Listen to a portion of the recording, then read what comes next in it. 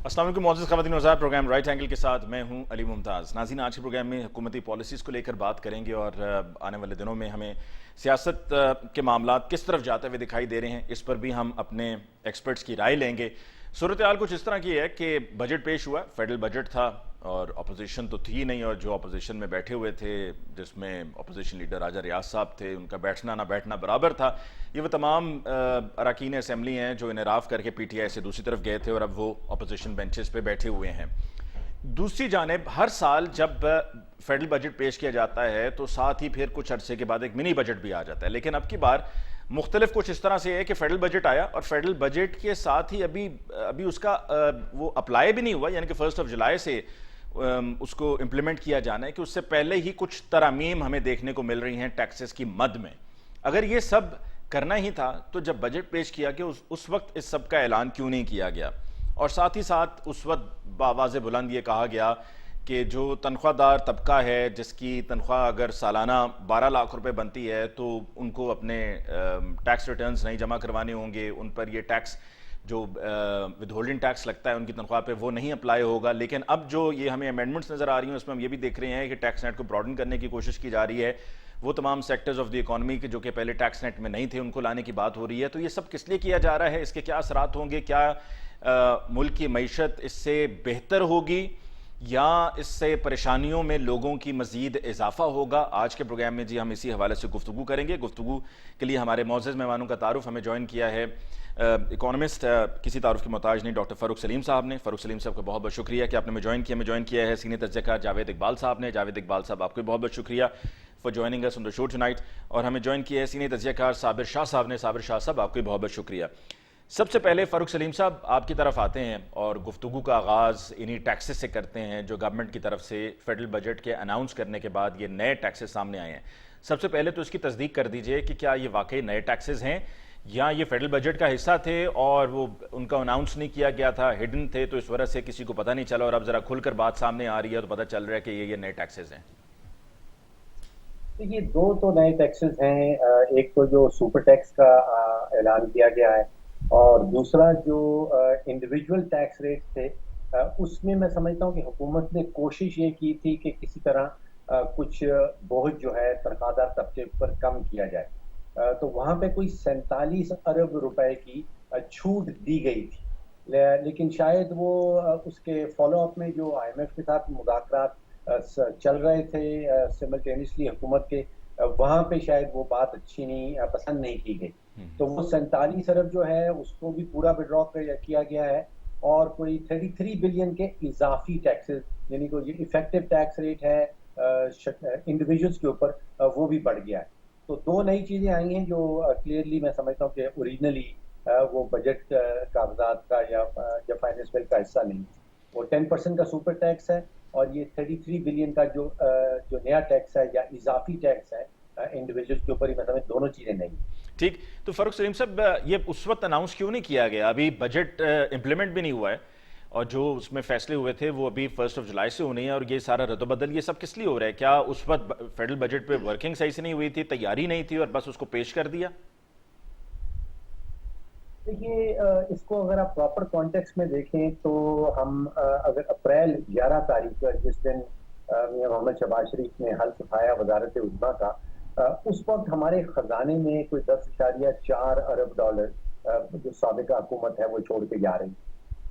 अब आप समझिए कि 5 या 6 हफ्ते से ज्यादा का इंपोर्ट कवरेज वहां नहीं था। उसके बाद मैंने देखा कि आलमी मंडियों में जो पाकिस्तान का यूरो बॉन्ड ट्रेड होता है, उसकी इतनी बुरी तरह से पिटाई हो रही थी कि वहां पे कहीं 27-28% पे पाकिस्तान की बॉन्ड रेट का चला गया। और उसका इशारा क्या बनता है, ये तो टेक्निकल मामला हो, उसका इशारा ये बनता है कि जो आलमी सरमायाकार थे, वो ये पैगाम दे रहे थे कि पाकिस्तान चला है डिफॉल्ट की तरफ, यानी कि एक और श्रीलंका बनने चला है पाकिस्तान के अंदर। जून की 30 तारीख को दावन कहा जा रहा था कि जब हमारी डेट पेमेंट्स ड्यू हो रही हैं तो पाकिस्तान डिफॉल्ट में चला जाएगा। अब हुकूमत जो नई आई उसने आईएमएफ के साथ मुज़ाकरात शुरू किए, और मैं समझता हूँ कि वहां पे एक तफरीक है कि जो 22 करोड़ पाकिस्तानी हैं उनके लिए सबसे बड़ा चैलेंज ये था कि महंगाई को किस तरह कंट्रोल करना है। और हुकूमत के लिए उस वक्त मैं समझता हूँ कि सबसे बड़ा चैलेंज ये बन गया था कि डिफॉल्ट को किस तरह बचाना है या पाकिस्तान को डिफॉल्ट में जाने से किस तरह बचाना है। तो वहां पे फिर नजर आता है कि मुज़ाकरात शुरू हो गए। उससे पहले हमें एक वाज़े किस्म का जो पैगाम है वो सऊदी अरेबिया से और बाकी दोस्त ममालिक से मिल चुका था कि जब तक आप IMF का हिस्सा नहीं बनते उस वक्त तक उनकी तरफ से भी कोई मदद का ऐलान नहीं किया जाएगा। तो मैं समझता हूँ बड़ी मुश्किल पोजीशन में थी हुकूमत, जिसको हम कहते हैं कि between a hard place and a rock, और a rock and a hard place, यानी कि एक तरफ कुआं है दूसरी तरफ खाई है। बड़ा मुश्किल फैसला था। तो उस वक्त हुकूमत ने फैसला ये किया कि उनकी अवलीन तरजीह ये होगी कि किसी न किसी तरीके से मुल्क को डिफॉल्ट से बचाना है, और कुर्बानी देनी पड़ी थी लोगों के ऊपर मजीद बोझ डालना, चाहे वो बिजली की शक्ल में हो या पेट्रोल और डीजल की शक्ल में हो। तो ये दो चीजें अली साहब हमें सामने नजर आई। ठीक, लेकिन फरूक सलीम साहब, ये सब अपनी जगह दुरुस्त है कि डिफॉल्ट से हमें बचना था और ये सब कुछ करना था। क्या कोई और मुतबादिल रास्ता था इंस्टेड ऑफ इंक्रीजिंग और applying this new taxes, specially उन लोगों पे जो सैलरीड क्लास है? बिकॉज एक सैलरीड क्लास पे तो वैसे ही अगर आप वो अशिया खुर्दोनोश बाजार से लेने के लिए जा रहे हैं तो उनसे वो उनकी परचेजिंग पावर रही नहीं है। आप बिल्कुल दुरुस्त कह रहे हैं, और इससे परचेजिंग पावर मजीद कम हो जाएगी। जो इफेक्टिव टैक्स रेट है, अगर आप उसके ग्राफ पर देख रहा, अब वो इफेक्टिव टैक्स रेट यानी कि 33 बिलियन का इजाफी बोझ जो है वो आपकी और मेरी जेब से मजीद 33 बिलियन निकल जाएगा। तो जैसे आपने परचेजिंग पावर का जिक्र किया, वो मजीद कम हो जाएगी। अब विरासत में देखिए कि इस हुकूमत को क्या मिल रहा था। एक तो मैंने आपको बताया कि 10.4 अरब डॉलर के ज़खायर थे और वो पाकिस्तान को ले जा रहे थे डिफॉल्ट की तरफ। दूसरा था 5,000 तकरीबन 5,000 अरब का बजट का खसारा, यानी कि पाकिस्तान की 74-75 साल जो तारीख है उसका बुलंद तरीन बजट का खसारा था, जो साबिका हुकूमत इस हुकूमत को विरासत में देके जा रही थी। अब IMF के साथ आप जा रहे हैं, वो कहते हैं कि ये खसारा कम करें, आप तो एक्चुअली प्राइमरी सरप्लस सामने लेके आए बजट के अंदर।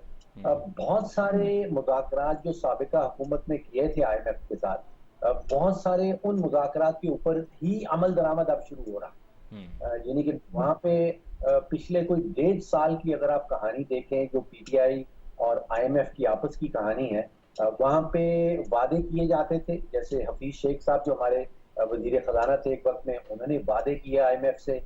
वादों के नतीजे में हमने 500 मिलियन डॉलर की किस्त वसूल कर ली, और उसके बाद वादों से हम फिर गए और हमने वादा खिलाफी शुरू कर दी जब शौकत तरीन साहब आके हमारे वजीर खजाना बने। फिर दोबारा से बजट जो आया जो 2021 में, उसमें वादा किया गया कि 30 रुपए फी लीटर पेट्रोल और डीजल के ऊपर हम टैक्स लगाएंगे पेट्रोलियम लेवी की मद में। और फिर आपको याद है कि फरवरी की 28 2022 वजीर आजम साहब, साबिका वजीर आजम साहब टीवी पे आए और उन्होंने ऐलान कर दिया कि सब्सिडी दे रहे हैं। तो आलमी इदारे ये कह रहे थे कि ये कैसा मुल्क है, ये कैसी वजारत खजाना है, ये वादे करते हैं हमसे किस्त वसूल कर लेते हैं और उसके बाद फिर वादों की खिलाफवर्जी शुरू कर देते हैं। तो वो एक आप समझिए कि मिसट्रस्ट का और अदम एतमाद और वो डिस्ट्रस्ट शुरू हो गया था पाकिस्तान और IMF के दरमियान।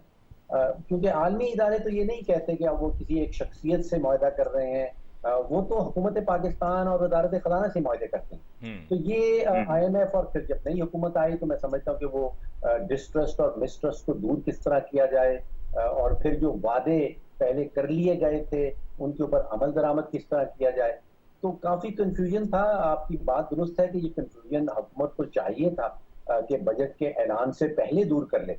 कि बजट आया है और हमें पता था कि इस बजट की मंजूरी जो है, उसकी अप्रूवल जो है वो IMF से भी करवानी होगी। तो उसमें कोशिश ये की गई थी कि तनख्वाहदार तबका जो है उसको किसी तरह रिलीफ दी जाए। मैं समझता हूँ कि जब मुज़ाकरात हुए तो वो IMF ने नहीं माना। जो सुपर टैक्स के हवाले से अली साहब लगाया गया, मैं उसके एक्चुअली हक में हूँ। क्योंकि आप सोचिए कि हम पिछले 50 साल से यही नारा लगाते हैं कि अमीर के ऊपर टैक्स क्यों नहीं लगता, सारा टैक्स गरीब के ऊपर क्यों लगा दिया जाता है। अब ये 15 करोड़ कमाने वाले, 20 करोड़ कमाने वाली, चाहे वो कंपनीज हों या शख्सियात हों, 30 करोड़ कमाने वाले, तो इनके ऊपर ये पहली दफा है कि डायरेक्ट टैक्स आ रहा है। और हम हमेशा से ये भी नारा लगाते रहे, न सिर्फ हम बल्कि आप अगर PTI का जो मंशूर है 2018 का, वो मैं खोल के देख रहा था, उसमें बार बार ये कहा गया कि जी डायरेक्ट टैक्स को हम बढ़ाएंगे। वो अपने 4 साल की हुकूमत में तो डायरेक्ट टैक्स नहीं बढ़ा पाए, लेकिन अब जो ऐलानात हुए हैं इस हुकूमत की तरफ से उसमें ये रियली डायरेक्ट टैक्स है और ये जो अमीर तरीन पाकिस्तान की कंपनियां हैं, शख्सियात हैं, उनके ऊपर लगाया जा रहा है। ठीक हो गया। बिल्कुल सही। साबिर शाह साहब, आप भी फाइनेंशियल सूरत हाल और फाइनेंशियल मामलात को बड़े अच्छे से समझते हैं और बड़ी गहरी नज़र है आपकी भी। शाह साहब, ये जो नए टैक्सेस की भरमार हुई है, आप समझते हैं कि वक्त की ज़रूरत थी, गवर्नमेंट को करना पड़ रहा है, खुशी से नहीं कर रहे, मजबूरी में कर रहे हैं, और उसका एक जो बैकग्राउंड है वो फ़ारूक सलीम साहब ने अभी बयान भी किया। अली मुमताज साहब, बात यह है कि जिन हुकूमतों को डर हो कि उन्होंने कल को आवाम के पास जाना है और जेन्युइन इलेक्शन होगा, वो ये हरकतें नहीं करते। अच्छा। ये जिस रास्ते से आए हैं इन्हें मालूम है इनका कोई कुछ नहीं कर सकता। दूसरा ये कि आवाम के पास जाना पड़ भी गया तो जो लेके आए हैं वो वहां भी इनको सुरखरू करवाएंगे। I do not want to go into figures and facts right now. ये फज्ड फिगर्स हैं। इकोनॉमिस्ट जो हैं वो अपनी अपनी दुकान से जाए बैठे हैं। मकसद सिर्फ ये है कि देखिए 3 दफा अगर महंगाई बढ़ गई, इन्फ्लेशन जिसे कहते हैं, मैं भी एक इकोनॉमिक स्टूडेंट हूँ, मैं इसको स्टैगफ्लेशन कहता हूँ कि एक्सपोर्ट्स वही की वही है, मार्जिनली बढ़ी है। इंपोर्ट्स $72 अरब से ऊपर चली गई हैं। आप ये देखें कि आपका फिस्कल डेफिसिट क्या है, आपका करंट अकाउंट डेफिसिट क्या है, आपका बैलेंस ऑफ ट्रेड कितना एडवर्स है, बैलेंस ऑफ पेमेंट कितना एडवर्स है, एक्सटर्नल डेट आपके मेरे ख्याल $130 अरब से ज्यादा क्रॉस कर गए होंगे। ये सारी चीजें देखने के बाद मैं इस नतीजे पे पहुंचा हूं कि देखिए 3 इंजेक्शन तो इन्होंने लगाए, 3 मार्केट फोर्सेस ने लगा दिए होंगे। ये ₹1 बढ़ाते हैं, वो ₹2 बढ़ा देते हैं। चेक तो है कोई नहीं, एसीडीसी, मजिस्ट्रेट, फूड डिपार्टमेंट सब सोए होते हैं। अब जो आप सुपर टैक्स की बात कर रहे हैं, हाँ जी जरूरत तो थी, वो क्या करेंगे, वो आवाम को पास ऑन कर देंगे। फॉर एग्जाम्पल, एक बैंक के ऊपर आपने सुपर टैक्स लगा दिया 10%, और पता नहीं, और उनसे पूछे तो वो कहते हैं जी हमारे तो टैक्सेस ही 35% से ऊपर चले गए। तो वो क्या करेंगे? आप और मैं जब चेक बुक लेने जाएंगे, जब भी कोई भी बैंकिंग सर्विसेज हायर करेंगे, वो हमारे बिल में डालते जाएंगे, क्रेडिट कार्ड में खर्चा डालते। बल्कि इसमें तो साबिर शाह साहब बैंकिंग सेक्टर इफेक्ट होगा और लोग बैंकिंग चैनल्स को अवॉइड करेंगे कि अगर आप वहां पे ट्रांजैक्शंस इन एंड आउट करेंगे, क्रेडिट डेबिट करेंगे, तो आपको टैक्सेस पड़ेंगे, से बेहतर आप कैश में रोटेट करें। जी बहुत अरसे से ऐसा ही हो रहा है। लोगों ने कैश घरों में रखा हुआ है, बाहर 2 गार्ड खड़े कर देते हैं, 50,000 रुपये उनको तनख्वाह दे देते हैं। और आपको मैं बताऊं कि ये जो पाकिस्तान में हजारों ऐसे ट्रेडर हैं जिनकी आमदन जो है छोटे इंडस्ट्रियलिस्ट से ज्यादा है, आज तक इन्होंने टैक्स नहीं दिया तो नेग्लिजिबल दिया। अब ये वो लोग हैं जो ये सड़कों पर मुस्लिम लीग नवाज के कम से कम सपोर्टर भी हैं, उनकी कॉन्स्टिट्यूएंसी भी है, उनको छेड़ते नहीं। They are taxing the already taxed. Till how long will you keep doing this? कब वो मौका कब आएगा कि या ये कौम उठ जाएगी या इसका गला इतनी बुरी तरह से दबाया जा रहा है कि बिल्कुल ही सांस लेना बंद कर देगी। ये सिर्फ एक पेट्रोल नहीं बढ़ा यार, एक टैक्स नहीं बढ़ा। आप देखिए बच्चों की फीसें बढ़ गई होंगी, डॉक्टर की फीसें बढ़ गई होंगी, नान रोटी की कीमत बढ़ गई होगी। तो इन्होंने किया क्या है कि 5 लाख रुपया लेने वाले की जो बजट है वो भी तकरीबन 70, 80, 90 हजार रुपया महीने का बढ़ा दिया है। तो ये उस बेचारे की सेविंग होती थी, बड़ा पढ़ लिख के वो इस पोजीशन पे पहुंचता था, वो सेविंग खा गए। करना क्या है, आप चाय की प्याली कम पी लें, हम 54 आदमी लेके तुर्की चले जाएंगे, हम 50 आदमी लेके हज करने चले जाएंगे। देखिए शर्म है यार, खत्म हो चुकी हुई है। वजह ये पकड़ने वाला कोई नहीं। अदालतें भी हमारी, वकील भी हमारे, एस्टेब्लिशमेंट भी हमारी बात सुन रही है, तो बैरूनी ताकतें भी सुन रही होगी, तो डर किस बात से है उन्हें? They can still go for another mini budget. I'm telling you, I'm warning you. In another 15 days time. इनने ये नौकर हैं, गुलाम हैं, जो IMF कहता करते हो। IMF का कौन सा फॉर्मूला है यार कि जिस कौम का GDP पर कैपिटा इतना लो है उसके ऊपर टैक्स लगाते जाओ? बिजली चोर को नहीं पकड़ रहे, टैक्स चोर को नहीं पकड़ रहे। हमें रोज बताते हैं टैक्स इवेजन और टैक्स अवॉइडेंस में फर्क है। और बाबा अवॉइडेंस तो अमेरिका में भी हो रही होगी, यहाँ तो इवेजन बड़ी लार्ज स्केल है। टुंडे पड़े हुए हैं बिजली के, गैस चोर गैस चोरी कर रहे हैं और आपकी मदद से कर रहे हैं, तो कौन पकड़ेगा इन्हें? बिल्कुल सही। मैं जावेद, रिकवरी की अभी तक? नैब ने कोई रिकवरी की अभी तक? अदालतें क्यों नहीं फैसला करती? अक्यूज का लफ्ज साथ जोड़ देते, सारी उम्र वो आदमी जो है वो एक्शन पहन के फिरता है जिसके नाम के साथ अक्यूज लिखा होता है। जो मुजरिम होता है उसका जो डिसीजन है वो 2-3-4 साल बाद ओवरटर्न हो जाता है। मैं जावेद इकबाल साहब आपकी तरफ आते हुए पहला सवाल ही जो आपसे पूछने जा रहा हूँ उसका जवाब हो सकता है कि आपको ज़रा मुश्किल लगे, लेकिन I am sure you will be able to come to it. ये बताइए कि इस मुल्क में, पाकिस्तान में, इस्लामी जमहूरिया पाकिस्तान में अब सर्वाइवल किसका है? बिस्मिल्लाहिर्रहमानिर्रहीम। दो बातें मैं करूंगा। पहली बात ये कि पाकिस्तान में सर्वाइवल उसी का है जो फिटेस्ट होता है, और फिटेस्ट वो है जो पॉलिटिक्स में है। और पॉलिटिक्स इसलिए कि पाकिस्तान में सियासत हमेशा झूठ बोलकर की जाती है। अभी इतनी गुफ्तगू हो रही थी कि ये इक़्तिदार में आए, इनको पता नहीं था। इनको सब पता था, ये तजर्बेकार हैं, इनको पता था करंट अकाउंट डेफिसिट क्या है, IMF किस सिचुएशन में पड़ा है, इंटरनेशनल बॉडीज इनके साथ कैसे ट्रीट कर रही हैं, पाकिस्तान के खजाने में कितने पैसे हैं, आने वाले वक्त में पाकिस्तान को अगर सरवाइव करना है तो उसको IMF की कंडीशंस को मीटअप करना पड़ेगा। उनको एक एक चीज का पता था, इची बीची का पता था सादा अल्फाज में। लेकिन ये जब इख्तिदार में आए तो झूठ बोलकर आए। तमाम देखें, मैं इकोनॉमिक्स की बहुत सी बातें कर सकता हूँ, लेकिन असल बात हमें देखनी ये चाहिए कि ये सियासतदान अपनी सर्वाइवल जिसकी आप बात कर रहे हैं, ये झूठ बोलकर सियासत में सर्वाइवल कर रहे हैं।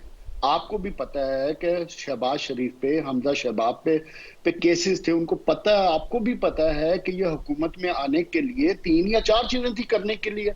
उन्होंने आते ही वो तीनों चीजें अपनी कर ली, अपने आप की जमानतें करा ली, रिफॉर्म्स करवा ली जो करवानी थी। अब क्वेश्चन ये, जिस अवाम का ये रोना रो रहे हैं पार्लियामेंट में, मुझे कोई शख्स एक बता दे कि इन 3 महीनों में पार्लियामेंट में अवाम के लिए कोई रिलीफ या कानून में जिसके इंसाफ की हम बात करते हैं, तरामीम या रिफॉर्म्स, कोई एक रेजोल्यूशन पास हुई हो? कोई भी नहीं। क्यों?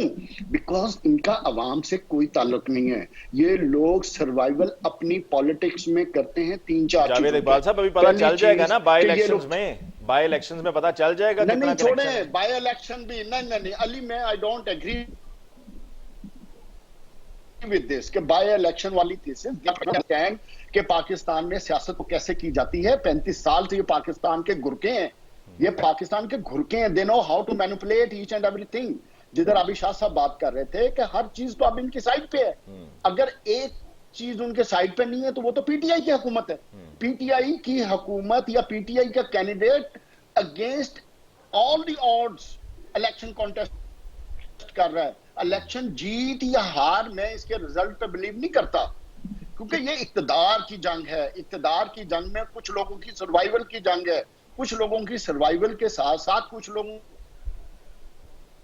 की इस जंग में वो किसी हद तक भी जा सकते हैं। किसी हद तक से मुराद ये कि किसी के साथ भी डील भी कर सकते हैं, किसी के साथ मिलके चल भी सकते हैं। अवाम का क्या है? आप आज सुपर टैक्स लगाया है, आप देखिएगा अगले 15 दिन में बिजली आपकी जो है 8 रुपए बढ़ेगी। आगे चलेंगे तो आपको गैस के बिल 45 to 60% होगा। LNG की आपकी LCs खुल नहीं रही है। तो कहने का मकसद है दे नो एवरीथिंग। अब ये कतर की मिन्नतें कर रहे हैं, कतर से बातचीत चल रही है कि अगर हम IMF के साथ कर लें तो 8-10 मिनट। सो पाकिस्तान अगर 130 अरब डॉलर पे खड़ा है तो अनदर 1 मंथ टाइम में इनके अपने मिसाइल हल होने के बाद पाकिस्तान कहीं 150 अरब डॉलर के कर्जों तले दबा होगा। ये तो फायर फाइटिंग कर रहे हैं। असल बात यह है कि इस वक्त पाकिस्तान में पाकिस्तान या अवाम की सियासत नहीं हो रही, सिर्फ ये पार्टी पॉलिटिक्स हो रही है। इन लोगों की अपनी सर्वाइवल की पॉलिटिक्स हो रही है। जब आप पाकिस्तान और अवाम की सियासत नहीं करेंगे तो फिर महंगाई के तूफान आएंगे। कल मैं मिफ्ता साहब की स्टेटमेंट देख रहा था कि जी इसका अवाम पे डायरेक्ट असर नहीं पड़ेगा। और भाई इससे ज्यादा जाहिलाना या बेवकूफाना एक रिस्पॉन्सिबल आदमी कैसे स्टेटमेंट दे सकता है कि आपने सुपर टैक्स 10% लगाया है, उसने अपनी जेब से तो नहीं देना, मैन्युफैक्चरर ने, उसने आगे पास ऑन करना है। और उससे भी बड़ा मसला जो आगे आने वाले वक्त में खड़ा होने वाला है महंगाई के बाद, वो है बेरोजगारी। क्यों कि मैं 3-4 इंडस्ट्रियलिस्ट से मेरी गुफ्तगू हुई है, वो देखो जब आपका मार्कअप रेट ओवर 15% चल रहा है, एनर्जी कॉस्ट एवरी डे बढ़ रही है, डॉलर आपका स्टेबल नहीं है, तो मुझे बताएं कि आप इंडस्ट्री चलाएंगे कैसे? क्वेश्चन तो ये आ जाता है। जब इंडस्ट्री चलेगी नहीं तो आप शट डाउन करेंगे तो लोग बेरोजगार होंगे। और झूठ की जो मैंने बात की, देखो कि आपने पहला बजट दिया कि हम GDP ग्रोथ को 5% लेके जाएंगे। फर्क सलीम साहब इस चीज के विटनेस हैं कि आपकी तो इतनी कैपेसिटी नहीं है कि आपकी इकोनॉमी की आप 5% ले जाए, आपके पास तो डॉलर नहीं है उसको ले जाने के लिए, आपकी जो इकोनॉमी है ओवर हीट हो जाएगी। तो जब इधर इतना बड़ा झूठ बोला और दूसरा झूठ क्या, हम जी इन्फ्लेशन 11% रख देंगे, और यार 25 से 30% पे आज आपकी इन्फ्लेशन है। जो आप मेजर्स अडॉप्ट कर रहे हो एनर्जी के सेक्टर्स में और टैक्सेस के सेक्टर्स में, उससे आप क्या समझते हैं चीजें सस्ती होंगी? चीजें तो, महंगाई का वो तूफान है जो आने वाले वक्त में जुलाई अगस्त सितंबर में होगा, जो कि इनको ये बात इसलिए की जाती है कि इनको झूठ चाहिए। आगे आप देखिएगा सिचुएशन पॉलिटिक्स, अगर ये लोग समझ रहे हैं ना, मैं अभी बड़ी एक पते की बात करता हूं कि ये लोग समझते हैं कि इस तूफान का अवाम पे कोई असर नहीं हो रहा, अवाम बाहर नहीं आ रहे, जो इस वक्त हुकूमत नारे लगा रही है, उसकी वजह ये नहीं है, उसकी वजह दो है। नंबर 1, अवाम इस सिस्टम से मायूस होते जा रहे हैं। They have to understand, all the political forces they have to understand कि अवाम को मायूसी की तरफ मत लेकर जाएं। और दूसरा, इमरान खान की वजह पार्टी बाहर आने की ये वजह नहीं है कि लोग बाहर नहीं निकले, असल वजह यार 40-45 डिग्री टेम्परेचर है। ठीक है, गरीब आदमी अपना, इसलिए लोग बाहर नहीं निकल रहे। जावेद इकबाल साहब, एक वक्फा हम ले लें, वक्फे के बाद जरा फारूक सलीम साहब से कुछ इंडस्ट्रीज के हवाले से भी बात होगी, हमारे साथ रहिए। Welcome back after the break. जी फारूक सलीम साहब, आपने अभी गुफ्तगू करते हुए कहा कि ये सुपर टैक्स जो 10% लगाया गया है, आप समझते हैं कि ये पहले भी होना चाहिए था, यानी कि जो अमीर हैं उनके ऊपर टैक्स लगाया जाना चाहिए था, जो कि पहले नहीं था। लेकिन दूसरी तरफ जब हम इंडस्ट्रीज पे फारूक सलीम साहब इस तरीके से हम टैक्सेस इंपोज करेंगे, तो यही इंडस्ट्रीज जो मटेरियल, जो प्रोडक्ट्स प्रोड्यूस करती हैं, उनको एक्सपोर्ट करती हैं, और जब एक्सपोर्ट करती हैं तो वहां से फिर रेमिटेंसेस पेमेंट्स आती हैं, जिसकी हमें ज़रूरत भी है। तो हमें इनकरेज करना चाहिए या इस तरह के टैक्सेस से हमें उस मामले को डिस्करेज करना चाहिए? और जैसा कि अभी हमें बाकी दीगर मेहमानों ने भी कहा कि ये जो टैक्सेस लगेंगे ये तो फिर आगे कन्वर्ट हो जाएंगे, मतलब अगर 1 रुपए की चीज थी वो उसको 2.5 रुपए की, 3 रुपए की कर देंगे। ये दो बातें हैं। पहली चीज तो अली साहब ये है कि दो काम जो बहुत ही आसान तरीन है करना, वो ये है कि पाकिस्तान के माशी प्रॉब्लम्स मैं निकाल के आपके सामने रख दूं। वो सबको पता है और वो बेशुमार है और आसान तरीन है वो सामने रख। दूसरा है जज्बातियत को सामने कॉल देना, कि गुलामी जैसे लफ्ज इस्तेमाल कर लेना कि हम गुलाम बन गए हैं IMF से या नहीं। देखिए, अच्छे लीडर और बुरे लीडर में एक तफरीक होती है। जो अच्छे लीडर हैं वो आपको मुल्क के प्रॉब्लम्स बताएंगे, जो बुरे लीडर्स हैं वो आपको सिर्फ मुल्क के प्रॉब्लम्स बताते हैं, और जो अच्छे लीडर्स हैं वो उनके सोल्यूशंस निकालते हैं। जो बुरे लीडर्स हैं वो आपकी जज्बात को कॉल करने की कोशिश करते हैं, और अच्छे लीडर जो हैं वो आपके दिमाग को या लॉजिकल कोई एक्सप्लेनेशन देने की कोशिश करते हैं। तो हमें सोल्यूशंस ढूंढने हैं, प्रॉब्लम्स तो हमें सबको पता है। अच्छा, सुपर टैक्स के हवाले से जो बार बार बात हो रही है, जहां तक मैं समझ पाया हूं वो ये है कि ये टैक्स जो है ये आपकी माजी की आमदन पे लगाया जाएगा, जो 5 टेंस में है, जो आपने पिछले 12 महीनों में कमाई है। तो शायद अगर ये उस आमदन पे लगाया जाएगा तो फिर उस इंडस्ट्री के पास या उस बिजनेसमैन के पास ये अपॉर्चुनिटी नहीं होगी कि वो ये वाला टैक्स जो है वो कंज्यूमर के ऊपर पास ऑन कर दे। अगर तो आप मुस्तकबिल की, फ्यूचर की आमदन के ऊपर लगाते हैं तो फिर तो 100% मैं एग्री करता हूं कि वो इसके अंदर अपना ये वाला जो एडिशनल टैक्स लगाया जा रहा है वो पास ऑन कर देगा सार्फिन के ऊपर, और वो आपको और मुझे देना पड़ेगा। अभी तक जो मैं समझ पाया हूं कि ये सुपर टैक्स जो है ये आपकी पुरानी 12 महीने की जो आमदन है, जो निहायत ही मुनाफा बख्श कंपनीज हैं, उनके ऊपर ये इजाफी टैक्स लगाया। लेकिन फारूक सलीम साहब, जब इस किस्म के फैसले होंगे कि एक तरफ जिस तरह एमनेस्टीज भी हमने देखी कि ये कंस्ट्रक्शन के सेक्टर में एमनेस्टीज दी गई थी, और अगर इस तरीके से एमनेस्टीज दी जाएं या एक चीज है ही नहीं, एग्जिस्ट नहीं करती, एक टैक्स एग्जिस्ट नहीं करता, और आप उनको उस ट्रैप में लेकर आते हैं, और ट्रैप में लाके फिर उसके बाद एक अरसे के बाद एक गवर्नमेंट आती है और वो कहती है पिछले 12 महीने के अंदर जो कुछ आपने किया उसके ऊपर हम ये टैक्स लगा रहे हैं, तो इस तरह तो हम इंडस्ट्रियलिस्ट कॉन्फिडेंस लूज करेंगे और हमेशा एक वो उसमें डाउट में रहेंगे, एक खटका उनको लगा रहेगा कि जी कभी भी कुछ भी हो सकता है। जी बिल्कुल ठीक कह रहे हैं। जो बिजनेस का सबसे बड़ा दुश्मन है वो गैर यकीनी की फजा होती है। जहां तक मैं समझ पाया हूं कि ये 1 टाइम टैक्स है, ये हुकूमत ने ऐलान किया है कि ये 1 टाइम है। अब मैं नहीं समझता हूं कि बिजनेसेस जो हैं वो 1 टाइम की बुनियाद के ऊपर कोई बहुत ही मेजर फैसले कर लेंगे कि मुल्क छोड़ के भाग जाएंगे या किसी और मुल्क में चले जाएंगे। 1 टाइम टैक्स के ऊपर जो है वो बड़े बड़े बिजनेसेस जो हैं वो अपने फैसले नहीं करते। फिर दोबारा से I think we must realise, आप अगर पाकिस्तान में जो कॉर्पोरेट टैक्स का रेट है, कि सुपर टैक्स पहले वो 29% का है, इंडिया में जो है वो 30% है, बांग्लादेश में 32.5% है। वन टाइम टैक्स के नतीजे में पाकिस्तान जो है वो 29 + 10 पे चला जाएगा, यानी कि 39 हो जाएगा। तो हमारा जो टैक्स रेट है वो कदरे कम था इंडिया और बांग्लादेश के मुकाबले में। ठीक, फरूक सलीम साहब, before I move towards Sabir Shah साहब, ये बताएं, दुनिया में अगर कंपैरिजन हम करें तो क्या इस तरह से, जिस तरह हमारे यहाँ टैक्सेस लगाए जाते हैं या फैसलों में रद्दबदल होता है, आज कुछ फैसला है, कल कुछ है, परसों कुछ है, होता है दुनिया में कहीं और इस तरह से? जी, जिन ममालिक में होता है वो ममालिक तरक्की नहीं कर पाते।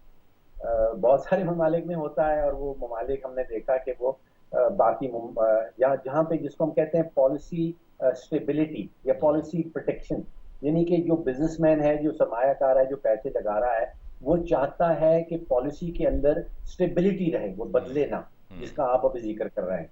तो आप बिल्कुल ठीक कह रहे हैं कि बिल्कुल पॉलिसी ऐसी होनी चाहिए जिसमें रद्दोबदल ना आए, जिसमें ओवर टाइम स्टेबिलिटी रहे। तो वहां पे फिर वो बात आती है कि हम किसी तरह सियासत को और मईशत को अगर अलग करने की कोशिश करें, अगर उस तरफ हम एक कदम बढ़ाएं। देखिए, पिछले 20 सालों में जापान में कोई 12 वज़राए आज़म तब्दील हुए हैं। कोई वोट ऑफ कॉन्फिडेंस आ जाता है, अभी बरतानिया में आपने देखा वोट ऑफ नो कॉन्फिडेंस आ गया, लेकिन उनकी माशी पॉलिसीज जो हैं वो अपने ओन चलती रहती हैं, अलग थलग चलती रहती हैं सियासत से। तो वहां पे तो फिर हम वो बात कर रहे हैं जो वजीर आजम शहबाज शरीफ साहब बार बार कर चुके हैं, जिसको वो चार्टर ऑफ इकोनॉमी का शायद उसको नाम दिया गया था, कि सारी जमातें इकट्ठे मिल बैठ के एक माशी पॉलिसी के ऊपर मुत्तफिक हो जाएं, अपनी सियासत जरूर करते रहें, क्योंकि 22 करोड़ पाकिस्तानियों का सीरियसली सियासत से कोई ताल्लुक नहीं है। हमारा तो डायरेक्ट मईशत से है कि हमारी तनख्वाह क्या, हमारी परचेजिंग पावर क्या होगी, और हम कितना कुछ खरीद पाएंगे। तो फिर तो चार्टर ऑफ इकोनॉमी का जो डायरेक्शन है वो दुरुस्त है। ठीक, साबिर शाह साहब, कमिंग टू यू, आप मुख्तलिफ टेलीविजन चैनल्स पर और वैसे भी प्रेस कॉन्फ्रेंसेज में सुनते होंगे जो हुकूमत कह रही है, हुकूमत की प्ली ये है कि जी आप बस 4 महीने, कई मरतबा 6 महीने कहा जाता है, बस आप 4 महीने, 6 महीने, 3 महीने आप इंतजार कर लें, फिर आप देखें क्या होता है। तो ये इंतजार का कोई सब्र का फल मीठा होगा, या ये सिर्फ वही एक दफा फिर पहले की तरह झूठे वादे, नारे, दावे?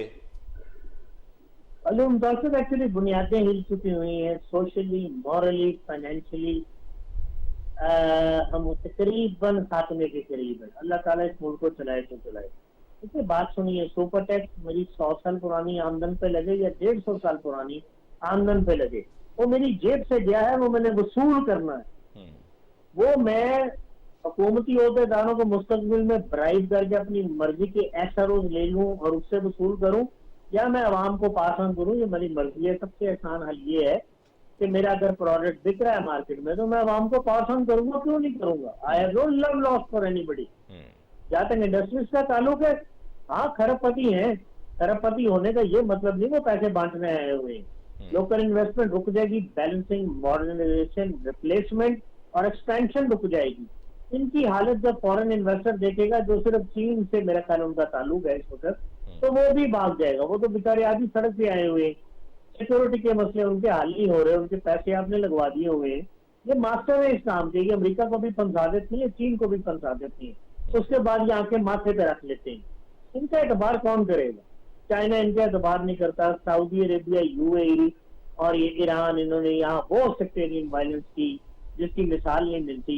पैसे दिए, भीख की सूरत में दिए, बाद में वापस लिए 4 दिन के नोटिस पे, ये भी आपको पता हुआ इमरान खान के दौर में। तो ऐसे मुल्कों का यही हाल होता है जहां लीडर जो है वो जनाब इस वक्त मेरा ख्याल है ये सारे $1 बिलियन प्लस होंगे नेटवर्क, शायद $3 बिलियन नेटवर्क भी हो। तो जिनके पास ये 600 800 अरब रुपया है, उन्हें क्या पता लगेगा दही दूध की और रोटी की कीमत क्या है?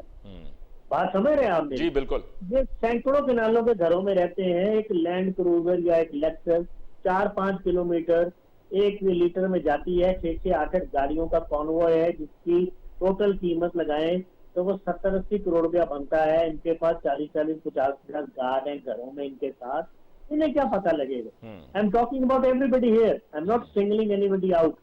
फिर उन्हें पता है कि अच्छा वकील करें, वो तो जज से भी भारी होता है, जजों को भी हमने लगाया होता है। और जज, आपने देखा है कि अगर कोई जज के पीछे पड़ जाए तो वो कितने वल्नरेबल हो जाती हैं। उनकी बीवियां लाठियां लेके कोर्टों में आती हैं। जाहिर बात है साबिर शाह साहब, मसाइल बहुत से हैं। जजेस की तकर्री और फिर जजेस की जब एलिवेशन होती है उसमें भी अगर बार को बिठा लिया जाता है तो फिर जाहिर बात है उनका एक इन्फ्लुएंस रहता है हमेशा से। This is not happening for the first time, Ali Mumtaz. This has been happening since a long time, and that's the problem. I am not singling anybody out here. Everybody is responsible for all this chaos and this state of affairs. It is a sorry state of affairs. और ये देखिए आप, मैं बार बार कहता हूँ कि civil war की तरफ जा रहे हैं, पता नहीं कब हो।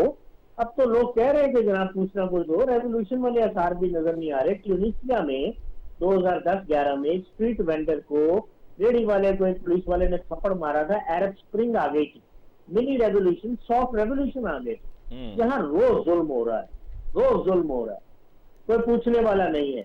आप अमेरिका में किसी से बात करें, वो कहता है take you to the court and see you in the court. यहाँ बात करें गरीब आदमी बेचारे के साथ जुल्म होता है, जिनकी तादाद 75% के करीब होगी, वो कहता है मैं आपको क्या मसला दिन देखूंगा।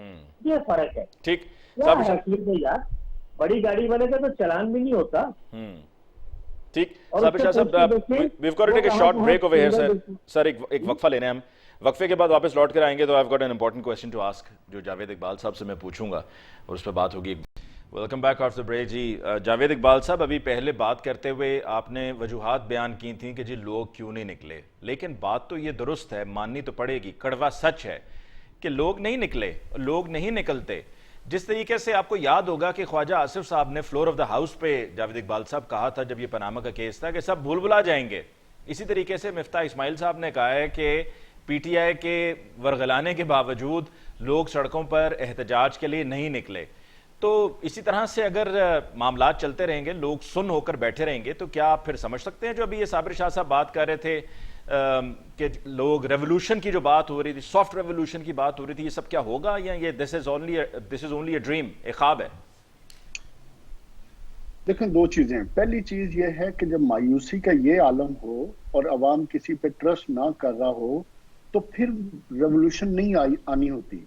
और दूसरी चीज, रेवोल्यूशन लाने के लिए दो तरीके हैं, या तो कोई लीडर आगे निकले तब निकलती है, या नीचे से कोई लीडर इमर्ज हो वो लेके रेवोल्यूशन ला सकता है। बदकिस्मती क्या है कि इस वक्त हमारे सब के सब सियासतदान हैं, लीडर कोई नहीं है।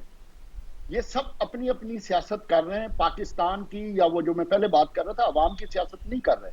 इसलिए रेवोल्यूशन मुझे आने वाले वक्त में कहीं नजर नहीं आ रही, क्योंकि अवाम इस वक्त जिन मुश्किलात से गुजर रहे हैं उनको अपने घर चलाना मुश्किल होता जा रहा है। आप उनको जो मर्जी लॉलीपॉप दे दें, जो मर्जी लॉजिक दे दें, इतनी सख्त गर्मी में वो अपने जो 20-25 हजार कमाने वाला आदमी है वो अपना घर चलाए या जलसे जुलूसों में जाए या रेवोल्यूशन का सोचे।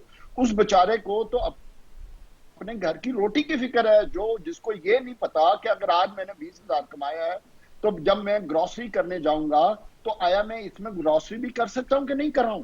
उसको तो अपने बिजली के बिलों की पता है, उसको अपने बच्चों की फीसों का फिक्र पड़ी हुई। उसको ये पता नहीं है कि आने वाले वक्त में जो पेट्रोल आज वो 235 रुपए या 25 रुपए में मिल रहा है वो कल को 300 रुपए होना है। उसको तो इस चीज की फिक्र खाई जा रही है, उसको तो इस वक्त अपने रोजगार के लाले पड़े हुए हैं।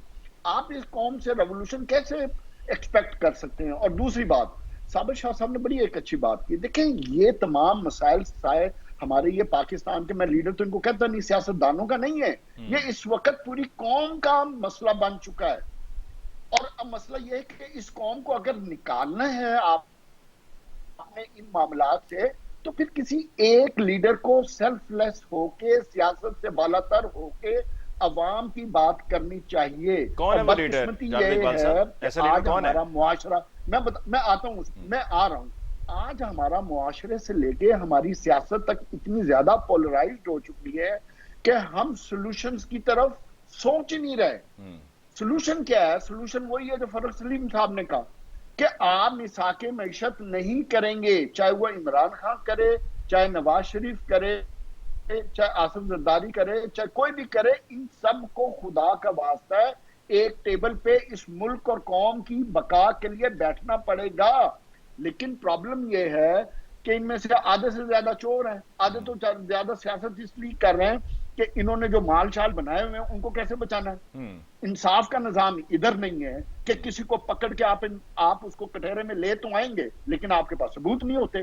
10-10 साल आप पैसा जाया करके इवेंचुअली एक बंदा कोई बाहर जाके बैठ जाता है और कोई डील मील करके प्राइम मिनिस्टर बन जाता है। तो जब पूरे का पूरा आपका मुआशरा ऐसा बन जाए, उधर आप ना रेवोल्यूशन की उम्मीद कर सकते हैं ना कोई अच्छाई की। हाँ, अच्छाई हो सकती है, स्टिल आई एम ऑप्टिमिस्टिक। और उसकी सिर्फ एक ही सोल्यूशन है, किसी पावरफुल अदारे को बाय हुक और बाय क्रुक अगर इस मुल्क को आगे लेके जाना है, हमें इस बात को समझना पड़ेगा, इन सबको एक टेबल पर बैठाना पड़ेगा। बैठाने के बाद चाहे आपका इंसाफ का निजाम है, चाहे आपके अदारे हैं, चाहे आपकी मईशत है, आपको ये 4-5 सेक्टर चूज करने पड़ेंगे।